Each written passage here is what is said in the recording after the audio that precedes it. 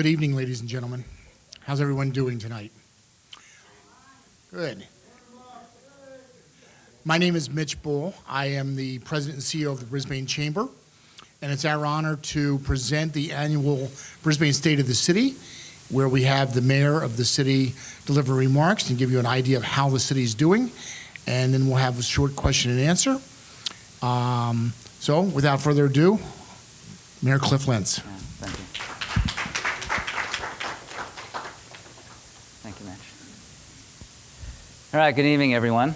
Oh, that sounds good. You know, I don't like using the mic because I tend to turn my head and then, you know, my voice goes out, and so having this mic here on my lapel is great. Thank you so much for attending tonight's State of the City address.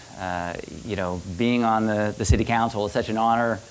To represent as the mayor is like the cream on top, and then to be able to give the State of the City address is like that cherry. To be able to tell your city's story for the course of this past year.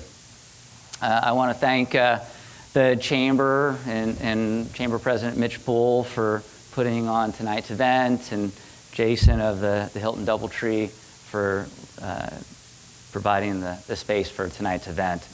I know we also have some folks from outside the area. Thank you for being here, and some fellow council members, Councilmember Davis, Mayor Pro Tem Lou, and thank you for being here, as well as city staff, and of course the public. So, excuse me. You know, this past week I was all excited about putting together the presentation, and Caroline and I were getting together the slides, and then Tuesday night came, and you know, I just went into a deep funk, and you know, no disrespect to any of the Trumpsters out there, but it was hard for me to understand how could our country elect someone whose personal character is just so extremely low. And so, you know, that evening I was clicking through the different channels, you know, the different news outlets, just, you know, trying to get an understanding of what was going on. Why, you know, why is the vote turning the way that it is? And, you know, you listen to the pundits, and, you know, they interview people as they're leaving, and they're all talking about change. And it's like, okay, well, what does change mean? I mean, you know, change can mean, you know, going to something new or something different, or going back to something how it used to be. And then I started thinking about, well, you know, what does change mean in Brisbane? And, you know, of course, it's, you know, my own perception of change. But, you know, I think, well, you know, I've been in Brisbane for about 27 years, and, you know, I have seen a lot of change. But, you know, the change that happens in Brisbane, we do change because we want to make our town better. Right? I mean, you know, the same reasons that brought me to Brisbane, you know, having, you know, a safe community, a community that takes care of each other, you know, that connectivity to nature, you know, the great services, and, you know, having responsible government. I mean, those things still exist today. In fact, I think that they're, you know, that we're thriving in those areas and many others. And so, you know, I started to come out of that funk, and you know, finished finalizing the presentation with Caroline, and now I'm back to being excited, because, you know, things that happen at the federal level in DC, well, you know, it's difficult sometimes, you know, to really have what they do, you know, to make a change, you know, or to provide, you know, direction for them. They're kind of like their own beast. But at the local level, that's where you can get things done. And this past year, we've done a lot, and so I'm very excited about being able to, you know, show us where we've been and where we're going to go. So, you know, I wanted to start off with a great project, which is the skate park, and this isn't something that just happened this past summer, you know, when we had the grand opening. It started years ago. And that's the thing about, you know, in Brisbane, it moves along at its own pace, right? And so it started off with some locals building some platforms and some skateboard elements, and then it It got a little bit bigger. And then, those folks that were participating at the skate park, the youth and the adults were saying, hey, we really should have something that is, that's a real skate park. Something that the community could be proud of. And so from that grassroots effort, they came to the council, and you have to just really tip your hat off to those students. Those students are the ones that made the difference, influencing the council, saying, hey, we should do this. This is good for our health. It'll revitalize part of our downtown. And they were right. And we've had just a great turnout. Part of the funding for that, it costs about $400,000 to build the skate park. But about $75,000 was raised through donations, in-kind donations, grant money. So it was really a collaborative effort. We recently celebrated our 30th annual Community Day in the Park. And we mixed it up a little bit. We closed Old County Road. We had a lot more activities, and I thought it was a great event. Being a Lion, we sold out of all of our food. Our tri-tip was just going out the window, and it was nice. Of course, anything that you do for the first time, you're always going to have some bugs. But I'm just so impressed with the direction that our Park and Rec Commission and our Park and Rec Department is going. Because, the Park and Rec, they're the ones that provide all the fun things, exciting things for the community. We also celebrated our 55th anniversary. And anybody who attended that event, I know, had an excellent time. It was that combination of being very elegant and this very down to earth. I mean, that's Brisbane. Everything's always going to be down to earth, no matter what. And so, this was such a fun event. And how many cities provide beer and wine for free? I mean, that's seriously, open bar, only Brisbane. There you go. Exactly. One of the exciting things that we're doing right now is planning for our new library. And, the library is something that the city has wanted for a really long time. And originally we had a plan to partner with the Eagles Club, and we were going to do some affordable housing above the library, and it was a much bigger footprint and more expensive than what originally we thought this was going to be. And so because of the costs and some of the difficulties of partnering, it kind of went to the wayside. But the economy started to change. We started to refocus the site, stay within our own footprint, land that we own, which was the former Five-Star Cafe. And so through some money from the development of the Northeast Ridge, some money from Measure A, using business tax money, we're able to come up with the funds necessary to create a fantastic addition to our downtown. And here's the layout for the new library, and I'll just kind of quickly go through it. Here's the main entryway. Here's visitation, and we have this marketplace and discovery area. We have this teen area. We have this children's area. We also have this historical archive, and if anybody watched the last council meeting, it was just kind of airing some things out. But you know what? That site is going to be fantastic because it's going to be an interactive historical room. And in this picture here, there's a solid wall. That's going to be a glass wall, right? And so it's going to showcase, our history. And, kids and adults will be able to go into the site, not only to learn about the history of Brisbane, but, if they wanted to go there and do some kind of study session or, get together and talk about, world affairs. It's a place for them to go. We also have this makerspace site, a community space. And one of the things that I love about this design is this open area. And that's outside. It's an outside room. And not only does this new library just have this amazing design qualities to it, but it's also going to be built very sustainably. So right here, we're going to be catching rainwater.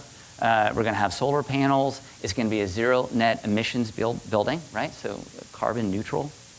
And then one of the things that we're going to do as a community is that as we're moving closer to moving into the new library, we're going to have a community get together on what to do with the current library and community center.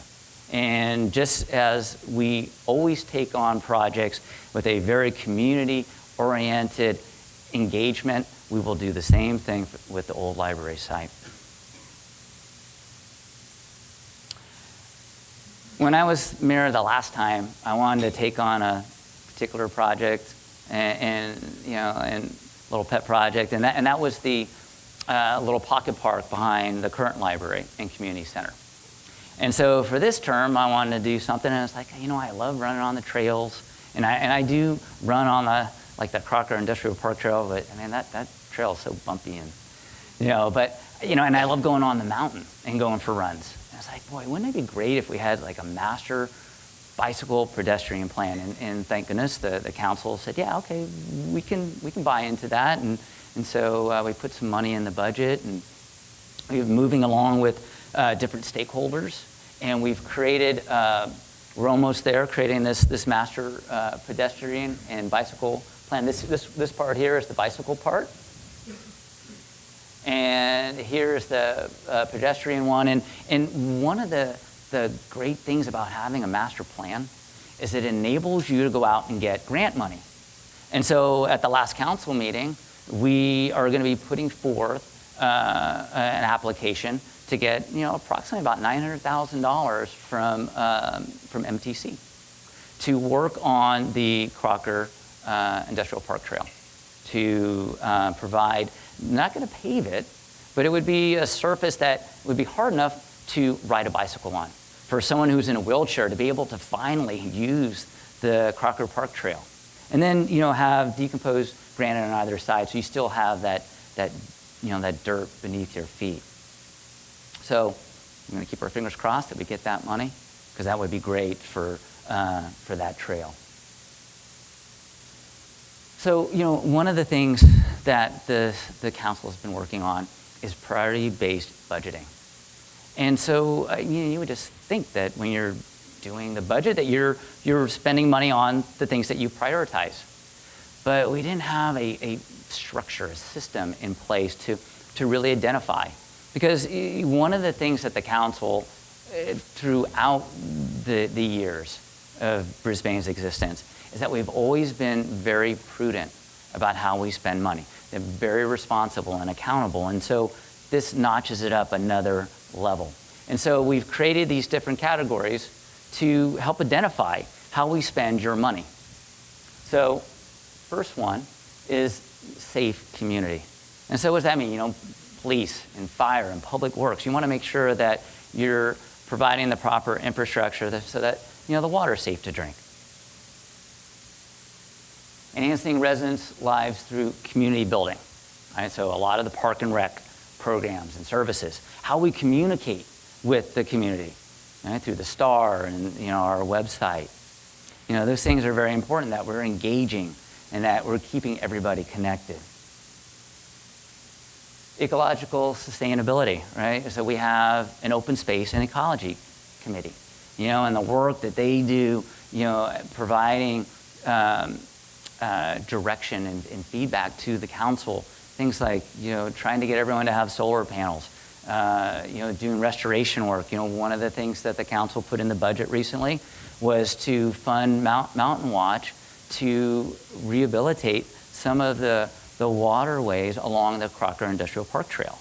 Very, very important for the frog habitat and for other species as well. Economic development. Of course, you need money to come in order to be able to provide the services that the community loves and also depends upon. And so, when I first got on the council back in 2009, we were in the middle of the Great Recession. Right? And so we didn't have an economic development subcommittee, so we formed that. We didn't have an economic development plan. And so we created this plan not only to just help with the recession, but also to provide the foundation for when the economy was going to rebound. And so one of the things that we did, we hired Mitch Bull as our economic development director. And by having that connectivity between the city and the business world, it made a huge difference. And so now, our industrial park is like 98% full. When you look at Sierra Point, I mean, it's almost full. We have new folks coming in. By having that view of economic development as a way to create sustainable development in the community, it has been very essential for providing that revenue. And then just being fiscally prudent. We've had a lot of things that we deferred during the Great Recession, some capital improvements. And so now that income has come in, we're taking that money and applying it to many things like, the sewers, making sure that our sewer system is up to date. We have some liability in regards to pension obligations, and putting money in those areas. One of the things that we're, as a council, we're very proud of is that over the last 4 years, we've been in the black. So we have brought in more money than what we spent. And so, that extra money has gone into reserves, it's gone into, things like programs for the teens. And my wife is here, she's on the school board. One of the things that we did when we closed the teen center is that we applied money to after-school programs. And then we, $40,000. And then last year we upped it an additional $10,000. And that program for the teens at Littman is so robust. So many kids, participate in after-school programs, much more so than what they ever used to do. Working on the pool and, working on our stairways. Many of you have seen the new handrails on some of our stairways. And that's been because we've been able to allocate those funds to those things that matter most to all of us. One of the things that we've been working on this past year is the Parkside Precise Plan.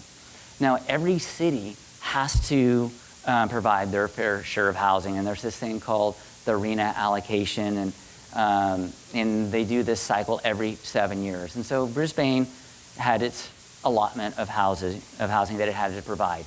Some of it is at market value, some of it's at moderate, some of it's at affordable. And so working with the community, we identified some locations across the street from our park, some warehouse space that, really when you look at it, was not generating very much money for the city, but it seemed like the perfect location to provide housing because it's across the street from the park. It's next to amenities like retail and restaurants. The post office is there, public transportation, all those things. And so at our last meeting that we had with the council when we addressed Parkside, we had two council members, Davis and O'Connell, that really got into it and came up with this rendition and showed that, hey, we can bring affordable housing to Brisbane. I mean, that is such a desperate need, and not just in the county, but it is in Brisbane. We know that we need to have housing for our sons and daughters, and that we need to have housing for our seniors.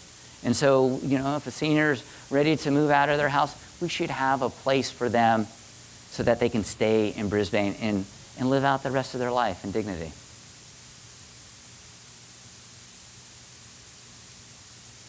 So at that last meeting, we had our consultant come up with some renditions, and this was one of them. This is one of the renditions along Park Lane that seemed to get a lot of traction. Having a craftsman-style architecture with trees and nice walkability. And this was a rendition for the entryway of our town, utilizing bicycle access and having more plants and trees and having buildings that are more at scale with our character. Recently, Sierra Point, as I mentioned, is starting to get a lot of traction. There's been a lot of building going on in San Francisco, a lot of building going on in Silicon Valley, Redwood City, South City. There's only so many places that can be built out. And Sierra Point has been somewhat, half-baked over the last 40 years. But now there has been some interest. And so one of the things that the city wanted to do before everything got built out at Sierra Point was to create a great public space. And so there's this pie-shaped piece of land right here. Currently, we lease that to Opus, which is a developer. They own this property right here along 101. And now that site it's zoned for restaurant, retail. Opus is not interested in doing that. They're more of an office park, office developer. And so through conversations with Opus, we've been able to work out an agreement with them. And this was something that was, I think, just a brilliant suggestion by last year's Mayor Terry O'Connell about extending the development agreement with Opus for this particular site. For this site right here. And allowing them to have already existing uses in their development agreement, like R&D or hotel. In return, we've gotten back this piece of property, and they're going to give us about $300,000, and potentially getting another $200,000 once they pull their permits for this location here.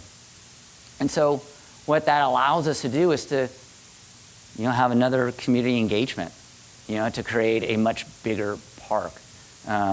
Maybe one day there might be a children's playground, or there might be a bocce ball, there might be volleyball, something that connects this whole green space together. Because right now, that's just a wasted location. And you see this picture here of our beautiful marina. I mean, that's what you see from that site. And be able to look out over this green space and this beautiful park would be, very, very nice. Of course, no person runs for council, and that's not interested in the Baylands. I mean, this is, a huge project, one of the largest in San Mateo County, and, recently we've been getting a lot of attention because of the project. And, this is something that has started, quite a bit back, back in, around the 2006 to 2008 area time period. UPC submitted their specific plan, and then the community started to have workshops to create, some alternatives. And then in 2009, 2014, we, as a city, put forth some alternatives. We had the alternative energy alternative. And then we released the draft EIR, and we had the comment period, and it was the most robust comment period in the history of California. And so it lasted a very long time because we wanted to make sure that we were capturing all the feedback from not just the different groups out there, but from the community. We want to make sure that we're getting this right. And then the last couple years, the draft EIR runs its course, and then the final EIR is created, and that goes to the Planning Commission. And the Planning Commission over the last year or so has been holding their hearings, evaluating the environmental impacts, evaluating the different plans that were before them. and just a few months ago, recently gave their recommendations to the council. And now the council is about to embark on its hearings. And the first one will be on November 17th, where we'll be going over the mitigation efforts for the site, because we all know that the site is contaminated. Now, one of the ways that the council has prepared itself, and also preparing the community as a whole and the Planning Commission on how to plan for such a large site, 684 acres. I mean, it's such a complex development. How are we going to do that as a community? And so we put forth a sustainability framework to help us with that. Now, this framework that's what it is. It's not a plan. It provides goals and aspirations. It's something that the council could use to help in its determination of what should be out at that site. So what we did was, with our sustainability framework, was that we used a model from this organization called Bioregional that has a One Planet Living 10 principles sustainability framework. And so we used that model. The first one is zero carbon buildings. So all buildings, we hope, will be zero carbon, zero emissions, right? They'll create their own energy. Zero waste. So Recology is a neighbor in the Baylands. And so we want to make sure that we are taking waste and we're turning it into energy, that we are trying to achieve that zero waste mandate. I mean, personally, I think zero waste is not realistic, but man, if you can get down to 90%, that would be awesome. And one of the kind of neat things about zero waste that's in this document is using these vacuum tubes that are connected to every single building and flowing to the waste facility. Sustainable transportation. I mean, we have this train station out there, and we know that it's underutilized. One of the possibilities is having a multimodal station. And what does multimodal mean? It means having varieties of different transportation modes all in one place. So not just Caltrain, but 3rd Street Rail, bus rapid transit from both Samtrans and Muni. And having a free shuttle system like they do in Emeryville, and having a bicycle sharing program. Oh, okay, I guess I can keep on going. I thought that was like a flip the tape over. And one of the kind of interesting concepts, since we don't have RDA anymore, redevelopment agencies, to get money for infrastructure, is perhaps maybe partnering with the private sector. And instead of just having a multimodal station, you have entertainment and retail and hotel all under one roof. I was recently in Japan, and that's how they do it there. It becomes a destination in and of itself.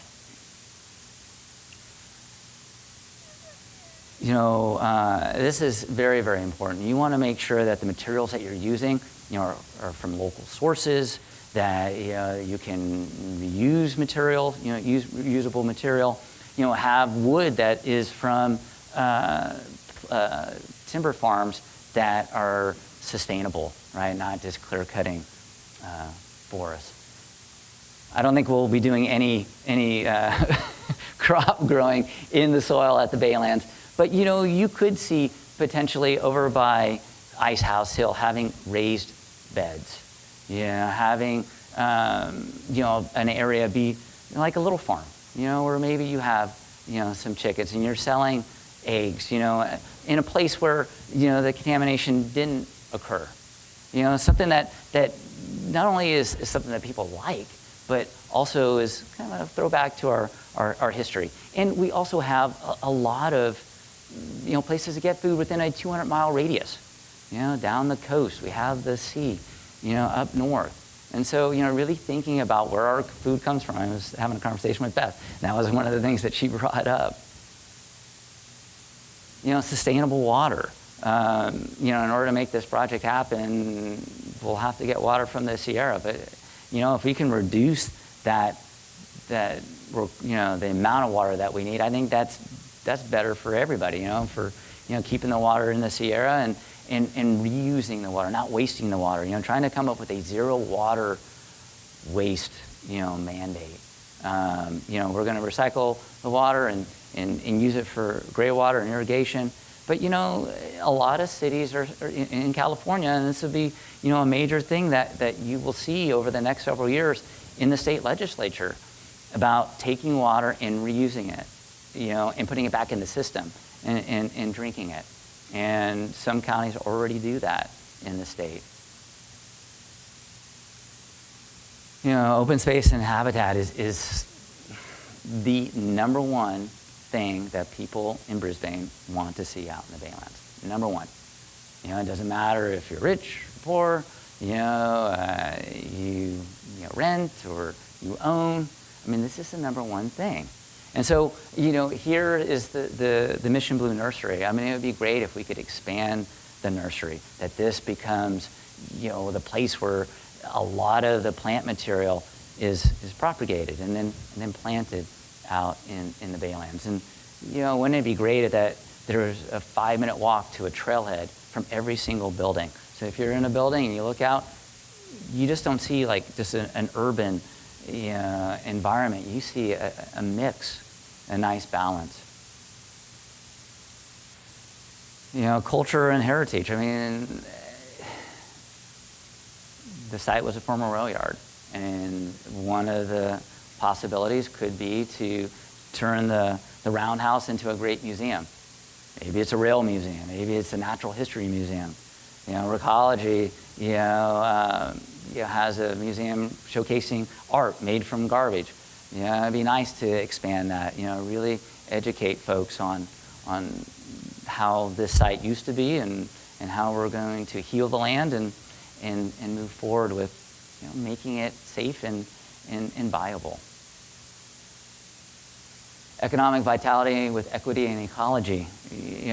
We got to make sure that whatever is built out there, that the people that are working at the site, cleaning the site, are getting prevailing wages, and that people are making a living wage.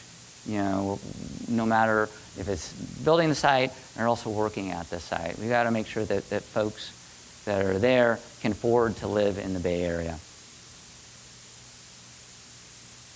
And then recreation, health, safety, and happiness. Of course, you can't have these things unless the site is safe. And so that's why the meeting on the 17th is so important. We're going to evaluate the contamination issues at that location. We as a city need to make sure that we hire the proper person to be our peer review. I mean, we have these agencies that are going to be evaluating the contamination at the site and making the recommendations, but we need to have someone who's representing us to be at the table to make sure that whatever is put forth is done right.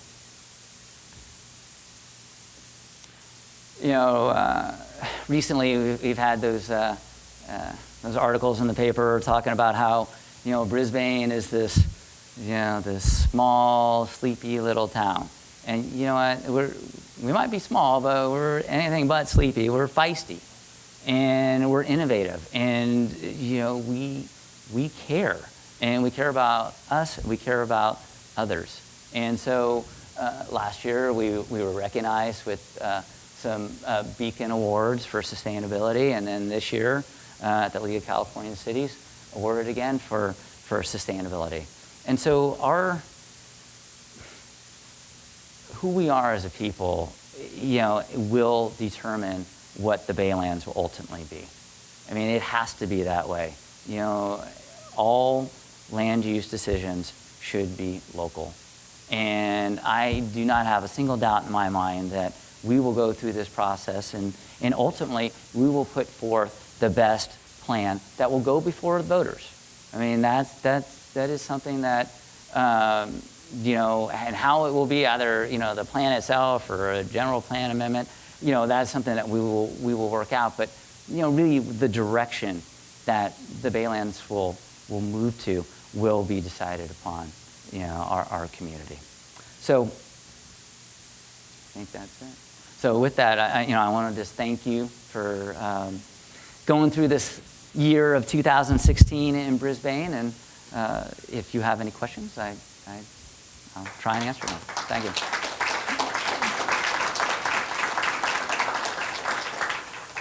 If anyone has questions, I have a microphone here if you'd like to use it.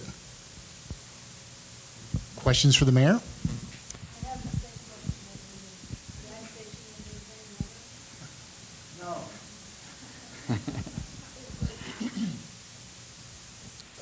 Mayor, thank you so much for that terrific speech. It was really motivating and inspirational. My name is Ken Sadamasa. I'm the business development manager for a local internet service provider in San Mateo called Ethernet Networks, and we provide bandwidth service, both fiber and wireless. And we brought our CEO here, Mr. Alex Hagan. And what we'd like to do is work with Mitch Bull and the city to make bandwidth available for everybody, not just catering to the big guys like AT&T and Comcast. Just kind of curious where delivering bandwidth sits on your radar in terms of scope or priority in building infrastructure. That is a very top priority for improving economic development in the industrial park. But talking with Alex, right? Not just providing that opportunity for the industrial park, but for all of Brisbane. And so I believe that you've set up your capabilities right at KTSF, and you dropped. And it was really designed for business. We provide local employment. We embrace all the same ideas you have, and I'm not just lips. You can check us out. We just provide an alternative, and we reinvest the money much more so than Comcast does. And now, last year, this equipment that could do potentially up to a gigabit is more affordable. So it was $5,000 per device. Now it's $500, which means over 3 or 4 years it might be $10 or $15 a month. So there's some exciting stuff going on, but I don't want to distract from. No. I just say, I think that would be great. We have this industrial park that has relied a lot on truck traffic, heavy truck traffic, and in order to, I think to change those types of uses, to have uses that maybe will provide more revenue to the city, having greater high-speed internet is key. And of course, if we can expand that type of service to our residents, that's even better. So thank you for bringing that up. Thank you. Beth?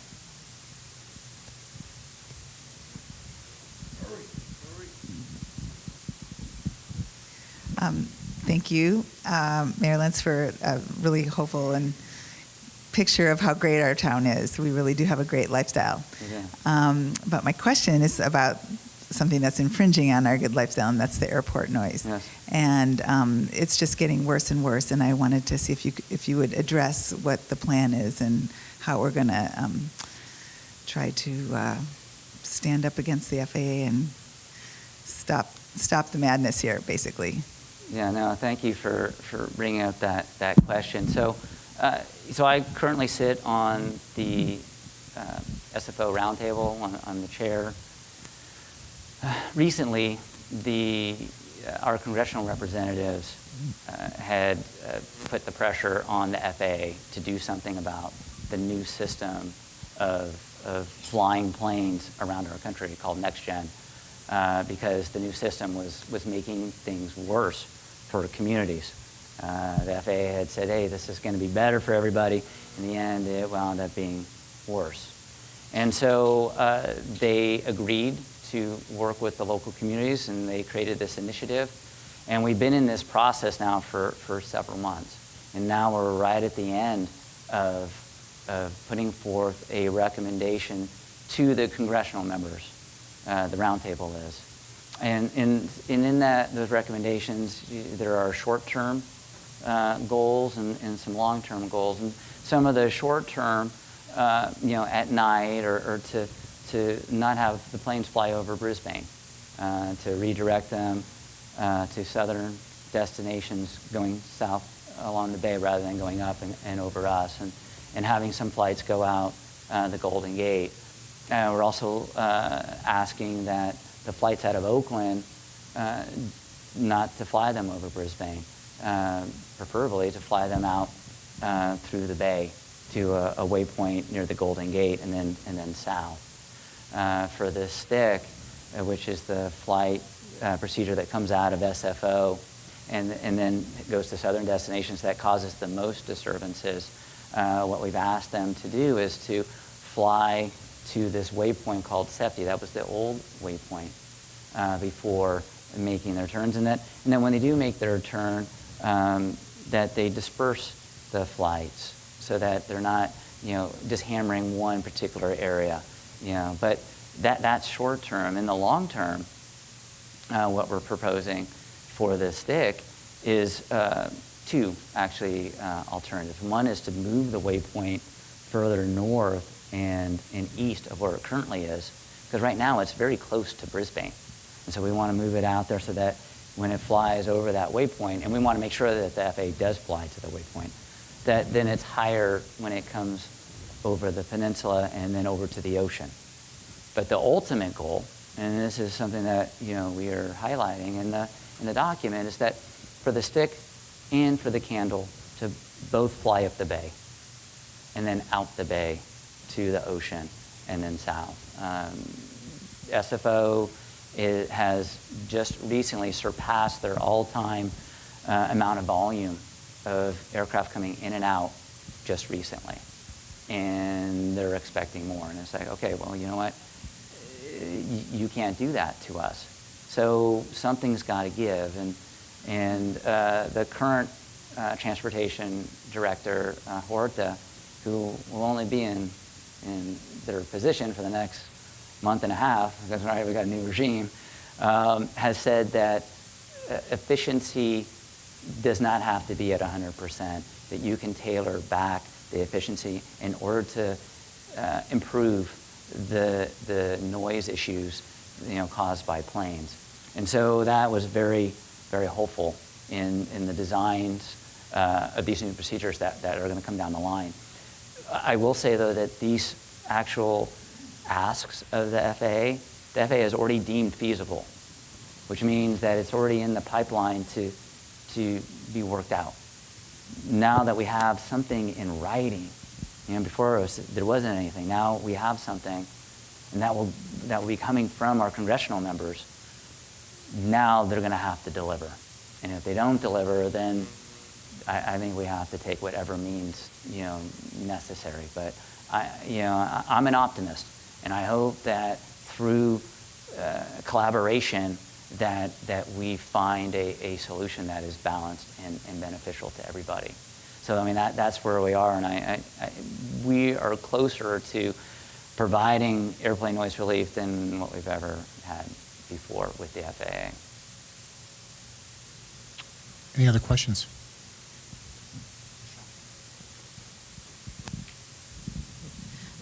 Cliff, the city of Brisbane has been absolutely marvelous at acquiring Brisbane Acres, to protect the habitat on the mountain. We did quite a bit in the 90s and the early 2000s, but it has slowed dramatically, both with the rise in prices and the availability of lots and with Fred Smith retiring. And I'm wondering what plans the city has to ramp that up again and secure the remainder of the available important acres to protect the mountain and our view shed and just our whole livability and environment. So what plans does the city have to, I see all these plans of skate park and library, and I'm looking at the dollars, I'm like, oh, that's an acre, that's an acre, that's an acre. So is there any plan to kind of ramp that back up again now? Well, I think that the council has always been committed to purchasing acres. You have to have a willing seller. And so, and then the city can't just pay someone, $1 million for an acre. You have to, do an appraisal, and it has to be an appropriate amount. But every single time that an acre has been available in the Brisbane Acres, the council immediately has worked to snatch it up.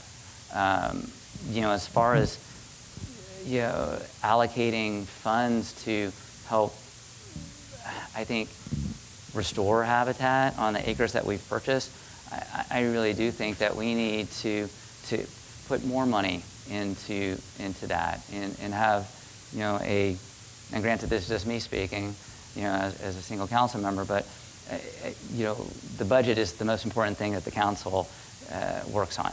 And again, that's where you have those priorities. And of course, sustainability is a top priority. And so I think providing additional funds, I think that the work that Mountain Watch has been doing on the trail is great.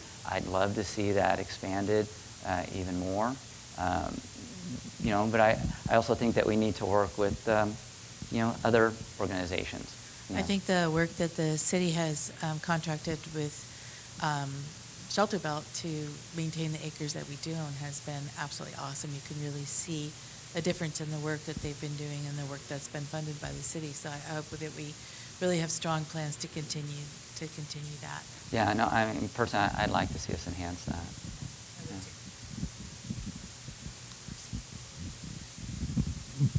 Yeah. Anyone else? Okay, in the back.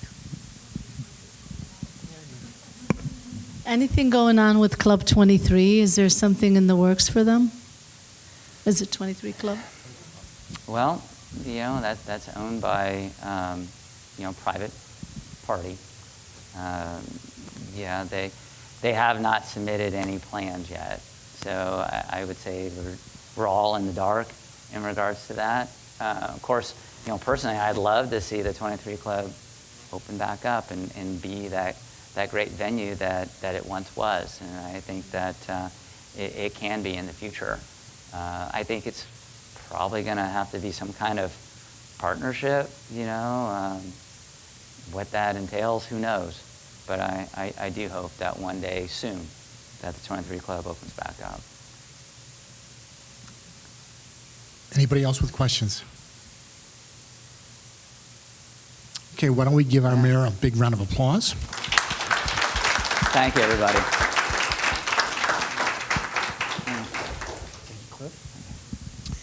I want to thank the Doubletree again for hosting us and doing the spread, as well as our sponsor for the event, which is the South San Francisco Scavenger Company. So let's give them a round of applause either so they can bring this. Thank you, everyone, and we still have food and beverages, and we still have time to hang out in the back if you'd like. Otherwise, we will see you next year. Thank you.